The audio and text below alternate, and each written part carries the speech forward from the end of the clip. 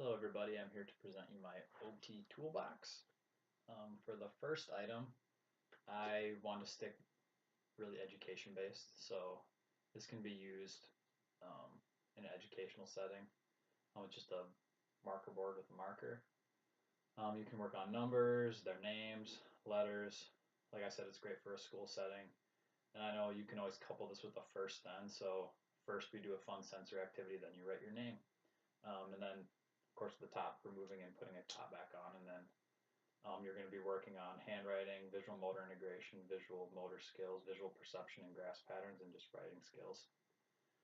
The second item to have in your kit are twistables. So these are a crayon, but as you can, I don't know if you can see that, but they go up and down when you twist the bottom. And you can, same as above, just another school-based thing to have in your kit. Just some more variety. And then the twist, so you can work on calibration and fine motor control. And then I like crayons more than markers because it requires the student to be able to push harder on the paper, and that builds hand strength and endurance.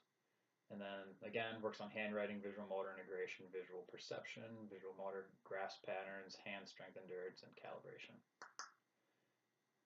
The next item is Play-Doh. And then so I have a Play-Doh kit, and then inside the kit are like numbers and shapes and letters.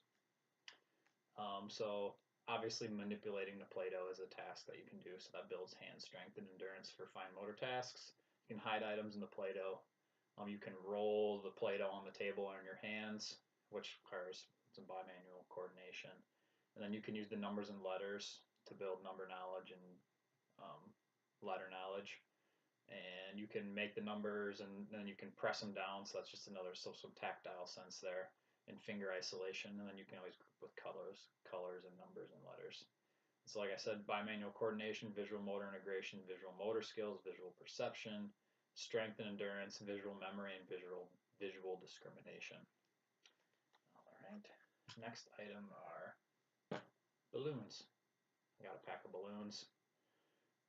With balloons, activities you can do, you can blow the balloon, hit the balloon, even just stretching the balloon, pointing, and are only hitting the balloon with certain body parts. And some skills, so gross motor, oral motor with the blowing, visual tracking, visual motor, and then crossing midline. Another item is paint, plastic bag, and Q-tips. So with this activity, my intent was that you can make letters, numbers with the finger Q-tips in the bag. So if you're trying to avoid them getting messy, you can do it that way. And then, or they can squeeze in the bag, just feeling the bag. And then, or they can actually get the paint out and do it with their fingers and get them dirty. And then you can make different colors. And I was thinking you can make like happy faces and sad faces, and that teaches empathy and emotional recognition.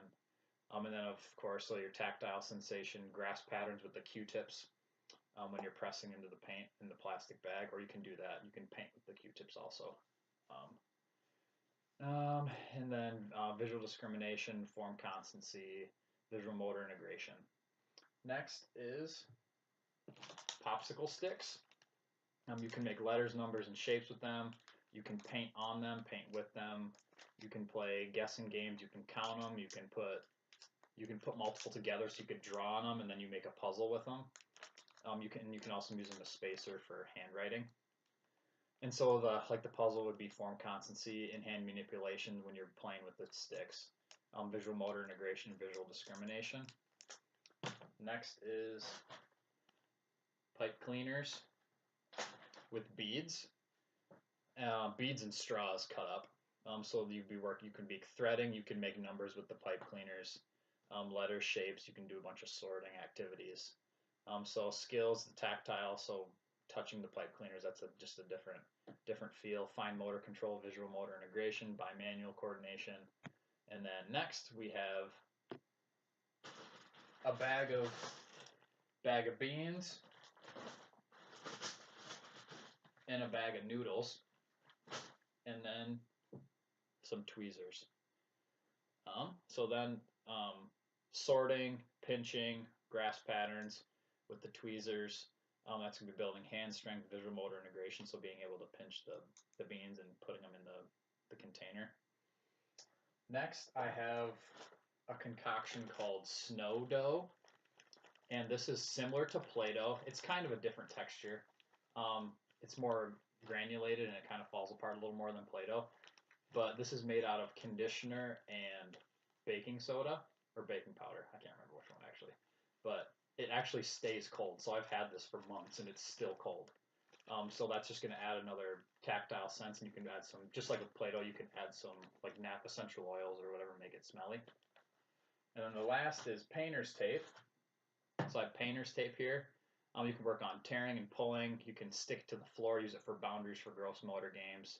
You can make designs on the floor like hopscotch. You can follow designs with your fingers. You can make numbers, letters. It's a really versatile item to have in a toolkit.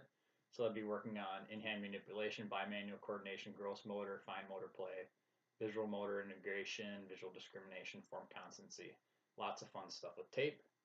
And thanks for watching my video.